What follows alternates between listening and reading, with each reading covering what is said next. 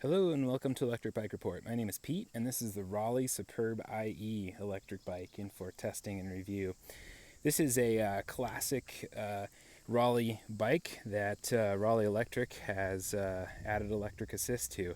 This Superbe model has been in the Raleigh lineup for decades, and Raleigh Electric has done a great job of adding electric assist, adding some fun and convenience to the Superbe. So this is the Superbe IE. This bike retails for $16.99, and in this video we'll give an in-depth look at all the details and I'll have the full review for you at electricbikereport.com. Okay, so let's take a look at the frame here. This is the aluminum frame and it's the step-through. Raleigh also offers the diamond frame, and that comes in a brown color and a medium size. The step-through comes in both a small and medium. So when we take a look at the head tube, this is sort of a tall head tube, provides a really upright position on the bike, very comfortable. And then the swooping tube, the top tube here that connects right there to the down tube, pretty cool structural piece, but it also is, looks nice too, and provides a lot of step-through area. Details like the cable routing just behind the seat tube. It's pretty cool to see how they've built that in there. You can also see details like the chain guard here, really cool styling. They have double chainring guards, so the chain really can't fall off the chain ring, so some good details there.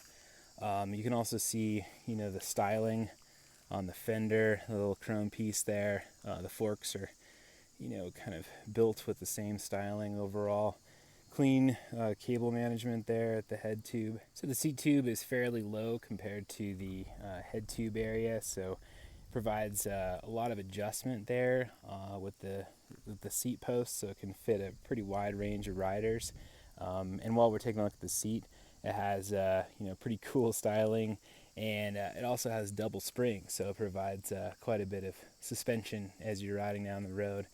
But overall, a really comfortable saddle and just cool styling as well.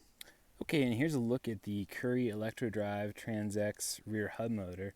This is a 350 watt rear hub motor, and it has a very compact size. It basically hides behind the largest cog on this Shimano freewheel here, and it just blends in with the overall look of the bike really well. It's also very quiet. It's one of the quietest motors that I've ridden, and you can find out more in the full review at electricbikereport.com. But this is the Shimano cog set here. It's a 14 through 34 tooth 7-speed cog set here, and the Shimano Tourney rear derailleur. So here's a look at the other side of the motor here. You can see its compact size. There's also a quick disconnect there for the wiring, so if you need to remove the rear wheel, it's pretty easy to do that. Okay, let's take a look at the battery pack here. This is the Raleigh TransX lithium battery pack. It's a 48 volt, 8.8 amp hour, and it's housed just below the top of the rack here. And it blends in pretty well with the overall look of the bike, and you can still use the rack on the top here. It has a grippy surface. You've got these included bungee cords. The railing works for a lot of the traditional bike bags and panniers. So overall, a really functional rack. And then taking a look at the battery, here's the charging port on the side. You just move that rubber cover to the side. The battery can be charged on or off the bike. Alright, so on this side of the battery pack, you've got the on-off button, which also shows you your battery level indicator, and then this is the lock.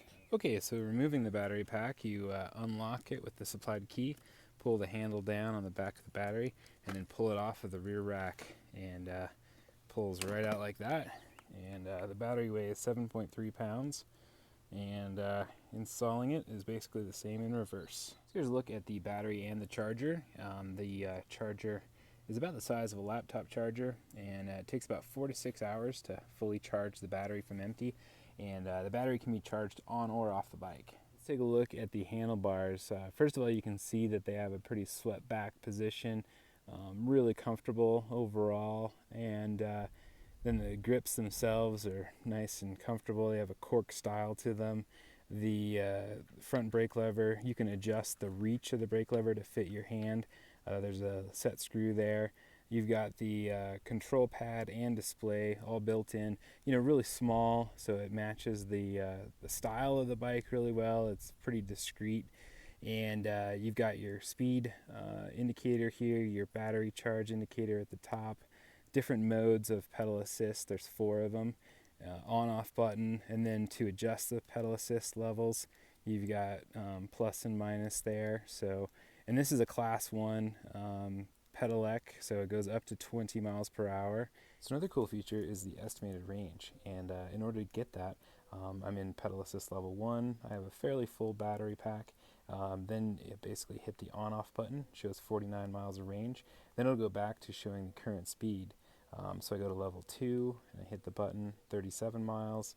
Go to level 3, 27 miles, and then go to level 4 and hit that in 15 miles. So it's a cool way to get the estimated range based on your current battery level. And then taking a look at the right side here, you got the cork grip style, the rear brake lever, and the shifter. So to shift up the cog set, you just push up, and then to shift down, you hit the button right there. Here's a closer look at the alloy V brakes that are used both front and rear, and they blend in pretty well with the overall look of the bike. So here's a look at the Kenda tires. These have a nice center tread for an efficient ride, and some channeling to dissipate water.